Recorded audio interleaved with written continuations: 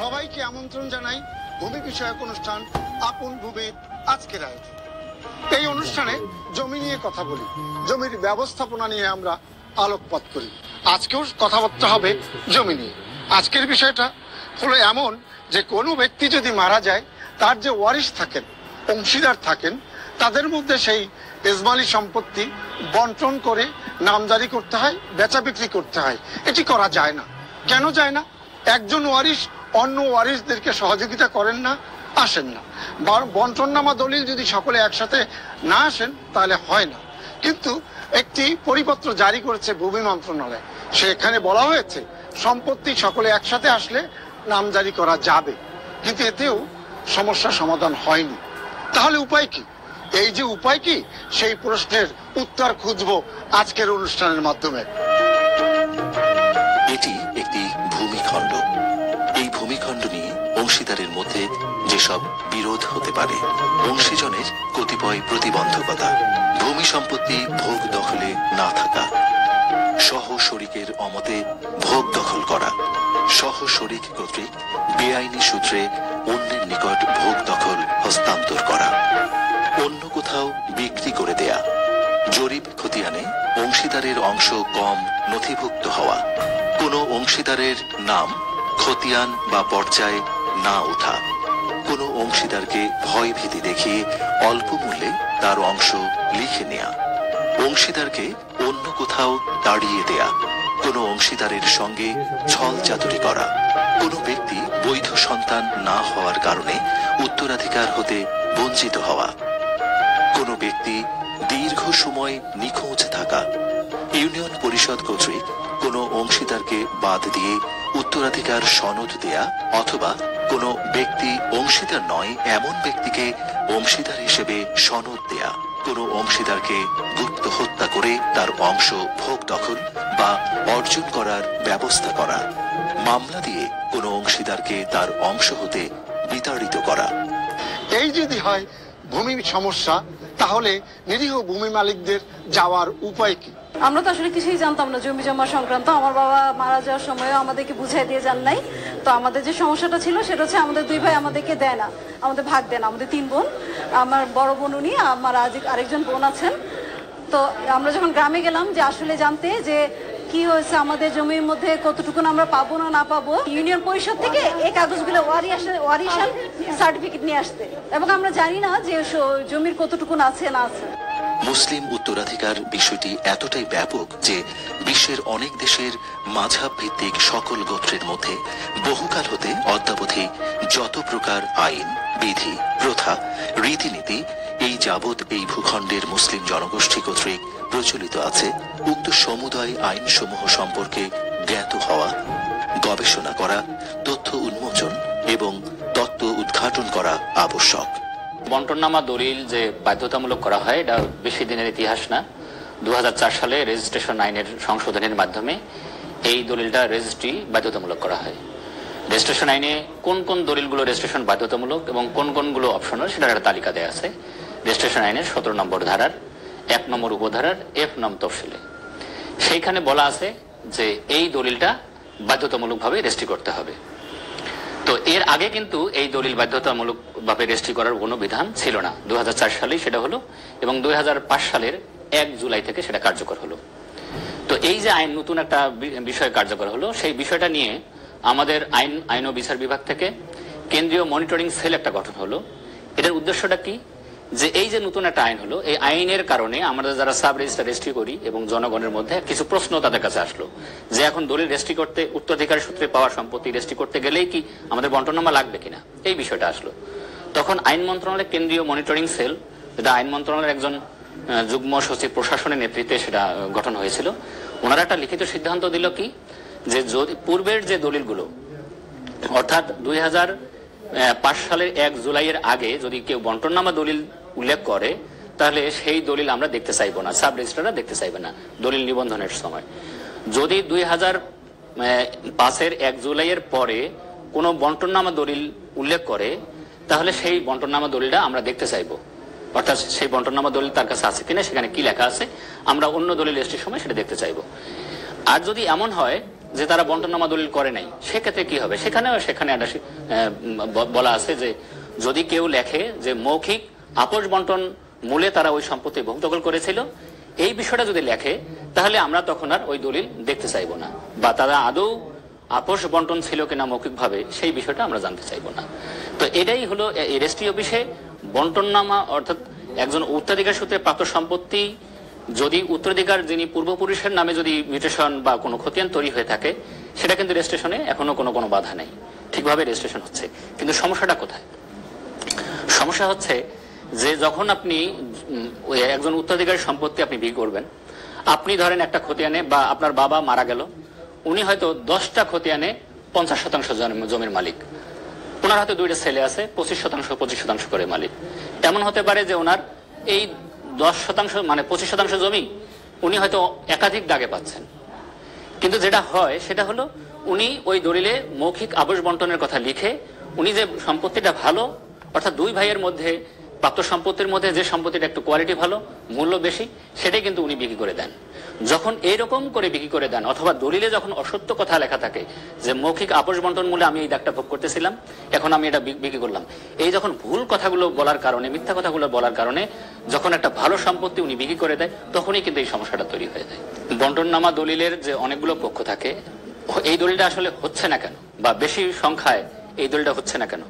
এই দলিল নিবন্ধন খরচেও কিন্তু সব অনেক কম, মানে অন্য দলিলের তুলনায় এই দলিলের নিবন্ধন খরচ একেবারে নামমাত্র রেজিস্ট্রেশন ফি এই দলিলটা রেজিস্ট্রি করা যায়। কিন্তু সমস্যা হলো যে পক্ষগণের মধ্যে সমঝোতা। এই যে একটা ধরেন একজন মারা গেল, তার অনেকগুলো সম্পত্তি আছে, একটা মৌজায় বা একাধিক মৌজায় হয়তো আছে, দেখা যায় একটা সম্পত্তি আছে বাজারের পাশে, হয়তো ওনার বাড়ি ভিটার একটা সম্পত্তি আছে, আর বাকি সম্পত্তি হলো কৃষি জমি হতে পারে বা অন্য কোনো সম্পত্তি হতে পারে। এই ওয়ারিশের মধ্যে এই ভালো সম্পত্তি নিয়ে সবার মধ্যে একটা ইয়া থাকে যে আমি এই সম্পত্তিটা নিব, কেউ ওই জায়গায় তার ছাড় দিতে চায় না। সবাই যদি একমত না হয়, বন্টননামা এমন একটা দলিল, তাকে এই দলিল রেজিস্ট্রির সময় সবাইকে একসাথে থাকতে হবে, সবাইকে ওই দলিলের সম্পাদন করতে হবে। এই যে তাদের মধ্যে সমঝোতা না হওয়ার কারণে কিন্তু এটা হচ্ছে না। ভূমি অপরাধ প্রতিরোধ প্রতিকার আইনে সর্বশেষ খতিয়ান নিজ নামে ছাড়া সম্পত্তি হস্তান্তর করা যায় না, কিন্তু সেই আইনেও 6(3) ধারায় একটা বিষয় রাখা হয়েছে যে রেজিস্ট্রেশন আইনের বিধানাবলী কার্যকর থাকবে। অর্থাৎ রেজিস্ট্রেশন আইনের 52 ধারায় আপনি যদি ওয়ারিশের সম্পত্তি বিক্রি করতে চান, তাহলে নিজ নামে নামজারি বা সর্বশেষ খতিয়ান নিজ নামে ছাড়াও কিন্তু আপনি বিক্রি করতে পারতেছেন, যদি আপনার পূর্বপুরুষের নামে সেই সর্বশেষ খতিয়ানটা থাকে। এরপরে দেখেন ভূমি মন্ত্রণালয় কি করলো। ভূমি মন্ত্রণালয় একটা পরিবর্তন জারি করলো যে আপনি রেকর্ড হালনাগাদ করবেন, ভূমি উন্নয়ন কর প্রদান করবেন, আপনারা সমস্ত ওয়ারিশ বন্টননামা ছাড়াই যদি আপনারা সমস্ত ওয়ারিশ আসেন, তার যার হিসাব অনুযায়ী এই সম্পত্তিটা আপনারা বন্টন করতে পারবেন। রাষ্ট্রের যে জায়গাগুলো থেকেই রাষ্ট্র চেষ্টা করছে, কিন্তু আমার মনে হয় নাগরিকের যে সমস্যা, সেটা সমাধানের জন্য বহির্বিশ্বের যে ভালো ভালো দেশগুলো তারা কিভাবে এটাকে সমাধান করছে, তারা কিভাবে এটাকে হ্যান্ডেল করছে, নাগরিককে তারা কিভাবে তারা সেবা দিচ্ছে এই জায়গাগুলো থেকে, নির্ভেজাল সেবা, সেই জিনিসটা যদি আমরা আনতে পারি, আইন বিষয়ে যারা ভালো জানেন, সাব রেজিস্ট্রার হতে পারে, এসিলেন্ট হতে পারে, বা ভূমি মন্ত্রণালয়ের লোকজন হতে পারে, আইন মন্ত্রণালয়ের লোকজন হতে পারে, সেবা গ্রহীতা থাকতে পারে সেখানে, তো এদেরকে নিয়ে যদি আমরা একটা কমিটি করি, এই যে এই বিষয়টা সমাধানের জন্য আমরা কি উপায়ে নাগরিককে এই সমাধানটা দিব, নাগরিককে নির্ভেজাল ভূমি সেবা দিব, এটা যদি করা যেতে পারে, তাহলে আমার মনে হয় একটা আমরা ভালো সমাধানে পৌঁছতে পারবো। নবী হযরত মুহাম্মদ সাল্লাল্লাহু আলাইহি ওয়াসাল্লাম 611 খ্রিস্টাব্দ হতে যে ঐশী বাণী আয়াতসমূহ প্রাপ্ত হতে থাকেন, উক্ত ঐশী বাণীসমূহই পবিত্র কুরআনের আইন। হযরত মুহাম্মদ সাল্লাল্লাহু আলাইহি ওয়াসাল্লাম কর্তৃক প্রদত্ত উহাদের যে ব্যাখ্যা এবং মানব গোষ্ঠীতে উহার প্রয়োগ ও দিক নির্দেশনা হাদিস সমূহে বিবৃত হয়েছে। পরবর্তীতে উহার ভাবধারা ইজমা ও কিয়াস এর মাধ্যমে সম্প্রসারিত হয়ে মুসলমানদের জন্য রাষ্ট্রীয়, সামাজিক, অর্থনৈতিক ও নৈতিক জীবন পরিচালনার মূল ভিত্তি বিশ্বের বিভিন্ন দেশে বিদ্যমান রয়েছে। ইহাই মুসলিম আইন। ওয়ারিশান সম্পত্তিগুলো বন্টননামা ব্যতীত নামজারি হতে পারে। গত বছর ভূমি মন্ত্রণালয় থেকে এই সংক্রান্ত পরিপত্র বের করেছে। তো সেই পরিপত্রে উল্লেখ করা আছে যে যদি রেকর্ডীয় মালিকের সকল ওয়ারিশ একসঙ্গে আবেদন করেন এবং একসঙ্গে তারা একটি খতিয়ানই খুলতে চান, শুধু এরকম ক্ষেত্রে বন্টননামা, রেজিস্টার্ড বন্টননামা ব্যতীত নামজারি করা যাবে, অন্যথায় অবশ্যই একটি রেজিস্টার্ড বন্টননামা দলিল দরকার। যদি সকল ওয়ারিশ একসঙ্গে আবেদন না করে তাহলে আসলে আমরা বন্টননামা দলিল ছাড়া নামজারিটি দিতে পারি না। তাদের যদি নিজেদের মধ্যে কোনো সমঝোতা সেভাবে না আসে তাহলে তো অবশ্যই রেজিস্টার্ড বন্টননামা দলিলই লাগবে, তাছাড়া আসলে আর কোনো বিকল্প নেই। নামজারির ক্ষেত্রে আমরা ভূমি মন্ত্রণালয় কর্তৃক জারিকৃত পরিপত্রে অনুসরণ করে থাকি। যদি এই রেজিস্টার্ড বন্টননামা দলিল না থাকে এবং সকল ওয়ারিশ যদি তাদের হিসা অনুযায়ী একত্র আবেদন না করে থাকে তাহলে আসলে আমরা নামজারি দিতে পারি না, আমরা পরিপত্রের কথাটাই উল্লেখ করি। তখন যদি এমন হয়ে থাকে যে একটি খতিয়ানে অনেকগুলো দাগ আছে এবং অনেকগুলো মালিক আছে, তো এর মধ্যে একজন ব্যক্তি শুধুমাত্র তার নিজে যে দাগে যতটুকু অংশ দখল করে আছে সে যদি শুধু সেটারই দাখিলা এই ভূমি উন্নয়ন কর প্রদান করতে চান, তখন তো তাকে আসলে তার নিজের অংশটুকু আলাদা করে নামজারি করে একটি আলাদা খতিয়ান সৃষ্টি করে নিতে হবে। তখন সে তার নবসৃজিত খতিয়ানের তার যেটুকু অংশ থাকে শুধু সেটুকু তিনি তখন খাজনা দিতে পারবেন। আগে একটা সময় যখন ম্যানুয়াল ছিল প্রসেসটা, তখন ম্যানুয়ালি আমরা দেখেছি যে অনেক ক্ষেত্রে যে আংশিক দাখিলা প্রদান করা হয়েছে, কিন্তু বর্তমানে এই অনলাইন সিস্টেমে আংশিক দাখিলা প্রদানের কোনো সুযোগ নেই। এখন যে খতিয়ান থেকেই ভূমি উন্নয়ন কর প্রদান করতে হবে সেই খতিয়ানের সম্পূর্ণ বকেয়া ভূমি উন্নয়ন করই প্রদান করতে হয়, তাছাড়া আসলে সেই খতিয়ান থেকে দাখিলা বের হওয়ার কোনো সুযোগ নেই। যারা উত্তরাধিকার সূত্রে সম্পত্তির মালিক হচ্ছেন তাদের প্রতি আমার ব্যক্তিগতভাবে অনুরোধ হলো, আপনারা যদি সম্ভব হয় আপনারা নিজেদের মধ্যে একটি বন্টননামা দলিল করে ফেলেন। এটি করলে ভবিষ্যতে বিভিন্ন জটিলতা থেকে আপনারা নিজেদেরকে এড়াতে পারবেন, বা ভবিষ্যতে আপনাদের যারা ওয়ারিশ হবে তাদের মধ্যেও আর কখনো বিরোধ সৃষ্টির সম্ভাবনাটা থাকে না। এই জন্যই বন্টননামা দলিলটি অত্যন্ত জরুরি।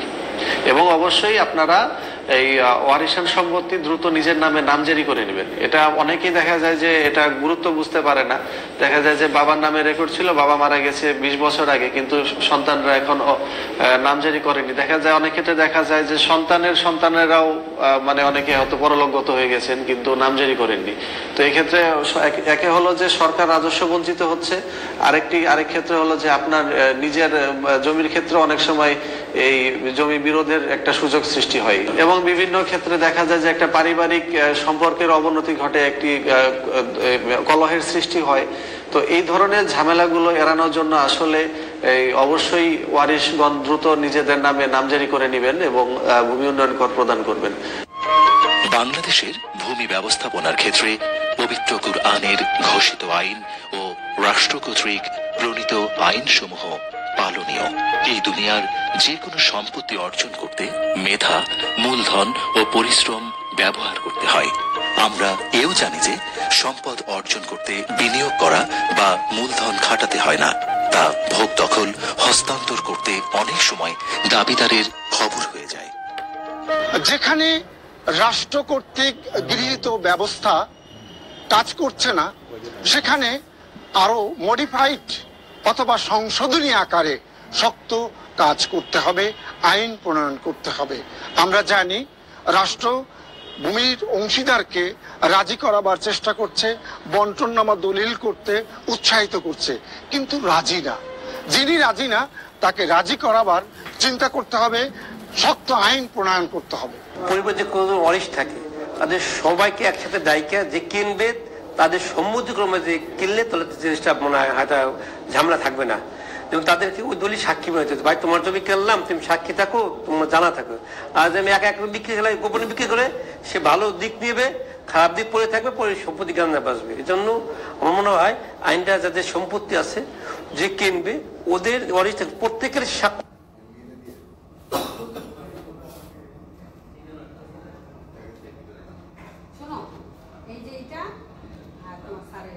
ভোগদল এই জায়গা দিয়ে করবে।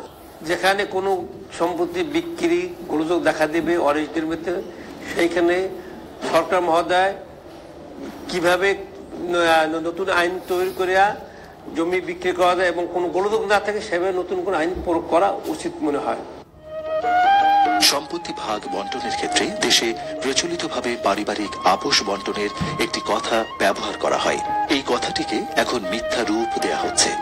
যে বিষয়গুলো সম্পর্কে আমাদের জানতে হবে: উত্তরাধিকার ও মৃত ব্যক্তির সম্পত্তির ব্যবস্থাপনা, মিরাসের সাধারণ বিধিসমূহ, শিয়া সুন্নি মিরাস আইন, ওসিয়ত, মৃত্যুশয্যায় দান, হেবা, ওয়াকফ, অগ্রক্রয়, বংশজন্মের বৈধতা ও স্বীকৃতি, শরীর ও সম্পত্তির অভিভাবকত্ব প্রভৃতি। বন্টননামাটা কখন লাগে? যখন একটা সম্পত্তি যিনি মূল মালিক উনি যখন মৃত্যুবরণ করেন তখন তার ওয়ারিশরা এটার মালিক হয়। ওয়ারিশরা মালিক হওয়ার পরে ওয়ারিশদের নামে এটা নামজারি করা হয়। এখন ওয়ারিশদের নামে নামজারি করতে গিয়ে তখন আমরা বলি একটা বন্টননামা লাগবে, কারণ একটা ভূমি মালিকের ওয়ারিশ 3 জন 4 জন 5 জন থাকতে পারে। এখন তার একটা সম্পত্তি আছে, এখন সম্পত্তিটা কোন ওয়ারিশ কোন অংশ দখল করবে সেটা তো আসলে নিজেরাই ঠিক করতে হবে। কারণ ভালো অংশটুকু যেটা রাস্তার পাশে কিংবা যে জমিটা একটু যে অংশটুকু একটু ভালো, সবাই চায় যে সেখানে তার অংশটুকু সে পেতে চায়, কিন্তু সবাইকে তো আর ওই অংশটুকু দেওয়া যাবে না। এখন আমরা যদি বন্টননামা ছাড়াই মিউটেশন করে ফেলি, কিন্তু সম্পত্তিটা আলাদা করে নিই, তাহলে কিন্তু দেখা গেল যে যারা এলাকায় থাকে নিজের সম্পত্তিতে যারা স্থায়ীভাবে বসবাস করে তারা অন্য ওয়ারিশদের না জানিয়ে, যারা হয়তো এলাকার বাইরে থাকে কিংবা বিদেশে থাকে, নিজেরাই তারা ভালো ভালো অংশ দখল করে মিউটেশন করে নিচ্ছে যদি বন্টননামা দলিল আমরা না করি। কিন্তু সেজন্যই আইনে বলা আছে যে আমাদের SNT অ্যাক্টে বলা আছে যে বন্টননামা দলিল লাগবে। তাতে যেটা বলা হয়েছে যে সবাই মিলে, যারা ওয়ারিশ আছে সবাই মিলে বসবে, বসে তারা নিজেরা সিদ্ধান্ত নেবে যে কে কে কোন অংশ দখল করবে, কে কোন অংশ মালিক হবে, নিজেরা আগে ঠিক করবে, ঠিক করে একটা কাগজে লিখবে, তারপরে এটা একটা দলিল করে রেজিস্ট্রি করে নেবে। এটা হলো যে উদ্দেশ্য, যাতে নিজেরা আপোষ করে নিতে পারে কে কোন অংশ দখল করবে আপোষের মাধ্যমে, যাতে পরবর্তীতে কোনো সমস্যা না হয়, মামলা তৈরি না হয়। মূল মালিক মারা গেল, এখন পিতার সম্পত্তি সন্তানরা পাবে, ওয়াইফ পাবে, তখন এটা যদি যারা মালিক আছে ওয়ারিশ আছে তারা যদি নিজেরা একটা খতিয়ানে সবাই থেকে পিতার সম্পত্তি নামজারি করতে চায়, সবাই মিলে পিতা মারা গেছে কিন্তু তারা ওই খতিয়ানে একটা খতিয়ানে বসেই তারা নামজারি করবে, আলাদা হবে না, সবার নামটা ওই খতিয়ানে থাকবে, পিতার পরিবর্তে 5 জন ওয়ারিশের নাম চলে আসবে, কিন্তু খতিয়ান একটাই হবে। সেক্ষেত্রে বন্টননামার দরকার নেই, কারণ তার জমিটা আলাদা করে নিচ্ছে না, তারা শুধু পিতার নামের জায়গায় কিংবা মূল মালিকের নামের জায়গায় ওয়ারিশদের নামটা শুধু সেখানে বসতেছে। সেক্ষেত্রে বন্টননামা দরকার নেই, কারণ আমি তো আলাদা করতেছি না, আমি শুধু পিতার নামের পরিবর্তে ওয়ারিশদের নাম বসাচ্ছি, একটা খতিয়ানেই। সেক্ষেত্রে আমরা পরিবর্তে বলে দিয়েছি যে যদি একটা খতিয়ানে সকল ওয়ারিশ নাম লিপিবদ্ধ করে নামজারি করতে চায় সেক্ষেত্রে বন্টননামা দলিল লাগবে না, কারণ সেক্ষেত্রে আসলে খতিয়ানটা একটাই থাকতেছে, তারা আলাদা খতিয়ান তৈরি করছে না। আমাদের দেশে আসলে দুইটা আইনে দুই ধরনের কথা আছে, যেমন রেজিস্ট্রেশন অ্যাক্ট, যে আইনে সাব রেজিস্ট্রাররা রেজিস্ট্রেশন করে, সে আইনে কিন্তু বন্টননামা দলিলটা বাধ্যতামূলক না। সেখানে বলা আছে যে ওয়ারিশ সনদ দিয়ে তারা পারবে, বন্টননামা করতে হবে না। ফলে একজন ব্যক্তির মৃত্যুর পরে তার ওয়ারিশরা শুধু একটা ওয়ারিশ সনদ দিয়ে কিন্তু ভূমি করতে পারছে, বিক্রি করতে পারছে, ট্রান্সফার করতে পারছে, সেখানে বন্টননামা লাগতেছে না। কিন্তু আমাদের যে ভূমি ব্যবস্থাপনা যে আইন SNT অ্যাক্ট, সেখানে মিউটেশন করতে গেলে আবার সেখানে বলা আছে বন্টননামা লাগবে, কিন্তু আসলে বন্টননামা লাগাটাই কিন্তু লজিক্যাল, এবং এটা বন্টননামা হলে ভবিষ্যতে লিটিগেশনটা কমে যাবে এবং যে যতটুকু মালিক এর বেশি জমি তারা বিক্রি করতে পারবে না। কিন্তু রেজিস্ট্রেশন একটা বলা আছে বন্টননামাটা বাধ্যতামূলক না, যেহেতু রেজিস্ট্রেশন একটা বন্টননামা বাধ্যতামূলক না, সেহেতু সাব রেজিস্ট্রাররা বন্টননামা ছাড়াই রেজিস্ট্রেশন করে ফেলে। আমরা ডিজিটাল পদ্ধতিতে আবার একটা ইন্টিগ্রেশন সম্ভব, সেটাও আসলে আমরা করতে পারি। ওরাও ডিজিটাল, আমরা কিন্তু ডিজিটাল করে ফেলছি, ভূমি মন্ত্রণালয়ের সেবাগুলোকে ডিজিটাল করছে। আইন মন্ত্রণালয় কিন্তু আমরা যতটুকু জানি তারা একটা প্রকল্প নিচ্ছে, তাদের যে রেজিস্ট্রেশন প্রক্রিয়াটাও ডিজিটাল করার চেষ্টা করছে। সেখানে যদি আমরা আসলে ইন্টিগ্রেশন করতে পারি তাহলে কিন্তু এই সমস্যাটা কমে আসবে। সম্পত্তির মালিকানা অর্জন, ভোগ দখল, হস্তান্তর প্রক্রিয়া সহ প্রত্যেকটি দাপ্তরিক কর্মকাণ্ডের সঙ্গে একাধিক অফিস সম্পৃক্ত। তাই সকল অফিসের অনলাইন ভিত্তিক একটি সমন্বয় ব্যবস্থা যুক্ত করা এখন সময়ের দাবি। আজকের পর্বে আমরা তুলে ধরলাম কোনো ব্যক্তি মারা যাওয়ার পর মুসলিম আইন অনুযায়ী যে ওয়ারিশ থাকে, তার মৃত ব্যক্তির যে অংশীদাররা থাকে, মৃত ব্যক্তির সম্পদ তারা স্বয়ংক্রিয়ভাবে পেয়ে যায়। এই পাওয়াটা দালিলিকভাবে প্রমাণ করতে হয়, নামজারি করতে হয়, কিংবা কে কোনটা পাবেন ভোগ করবেন বন্টননামা দলিল করতে হয়। এই কাজ করতে যে এক ওয়ারিশ অন্য ওয়ারিশদেরকে সহযোগিতা করেন না, কাজে এই কাজগুলো করা যায় না। এটি একটি সমস্যা। এই সমস্যা নিরসনের জন্য আমাদের চিন্তা করে গবেষণা করে কাজ করা দরকার, যাতে একজন ওয়ারিশের জন্য একাধিক ওয়ারিশ কষ্ট না পায়, আদালতে মামলা না হয়। আমরা সেদিক বিবেচনা করে চিন্তা করছি। আসুন আমরা সকলে মিলে শান্তি প্রতিষ্ঠা করার চেষ্টা করি, ভূমি বিভাগের জটিলতা দূর করায় সবাই এগিয়ে আসি। ধন্যবাদ সবাইকে আজকের পর্ব দেখার জন্য।